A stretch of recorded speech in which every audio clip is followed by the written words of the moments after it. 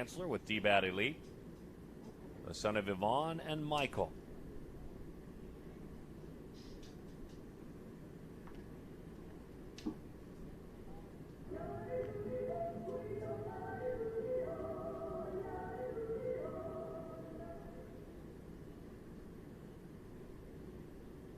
This young man, a 22 with regard to grad year, and a middle infielder. Took an angry hack at that one. Yeah, that showed some bat quickness, some hand quickness there.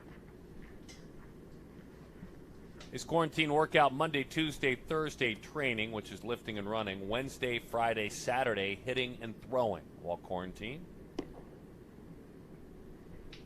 Got so comfortable saying that. Never in a million years did I imagine I would be sharing folks' quarantine workouts with all of you as if it's just talking about breakfast. Good fastball, hits the inside corner. Runner was going. Out there in scoring position now. 87 miles an hour that last pitch. But the thing that stands out as you go over these quarantine workouts, and we've talked about it many times, is in a normal spring. There's a breaking ball. Did he go? No, he did not, says the third base umpire. Is that during a normal spring, they would have been going to school every day. They would have been going to baseball practice. They would have been playing in baseball games. They would have been leading a, quote, normal life, which does not include all this time to work out, to do these extra things, to do these strengthening routines. We've heard so many of these kids describe, whether they're in their basement or their garage, or being able to find a facility that a friend has. But they've done a lot of strengthening that I don't think they would have ever done before in a normal year, when their time would have been taken up with classes and baseball practices and other normal activities. There would have been a different kind of fatigue. Brian Zayas is running at first.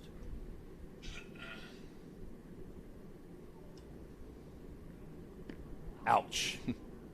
Square in the shoulder blades.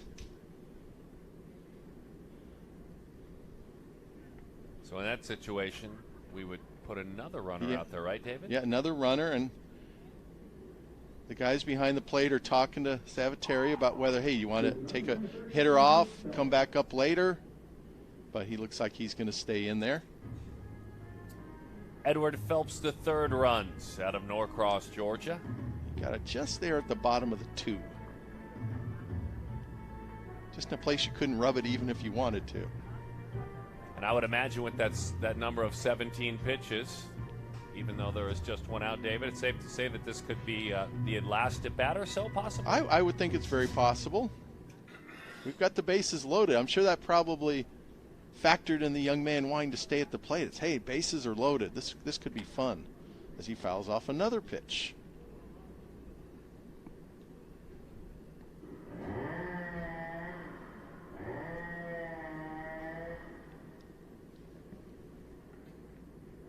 A D-Bat helmet representing his travel team. Look out. Almost wore that one. I will say it's been fun. Keep an eye if you're a casual viewer. Because of being smart as you can and safe as you can, almost all of these players brought their own helmets instead of a perfect game helmet, which shows a lot of wisdom in that choice. And so you'll see either their high school or their travel team represented, and they wear with pride. They look great in the PG uniform, but they wear with pride their travel helmet, and I think that's been a nice touch to this event. Quite frankly, going forward, it's nice. Yeah, and Perfect Game provides helmets. It's another foul ball. Oh, you bet. Yeah, great technology, Rawlings helmets. Yeah, and we always have, but 10 years ago, even maybe 5 years ago, those helmets were used. All the time. And I find at just normal regional showcases, even we'll go at the end of the day to clean up the dugout and get the balls, collect the helmets, and the helmets will still be in the bag because all these young men have their own helmets now, and that's a change over the last decade in how ththese young men are outfitting themselves. And now it really makes sense, right? Yeah. Now, and of course, we were talking about that 2 weeks ago at a showcase I was at. It's like, should we even with the virus? This ground ball is shortstop. That will put some runners in motion. And And we'll see if it's the final pitch or not for the right-hander. We'll track things here. The biggest number we want, real quick,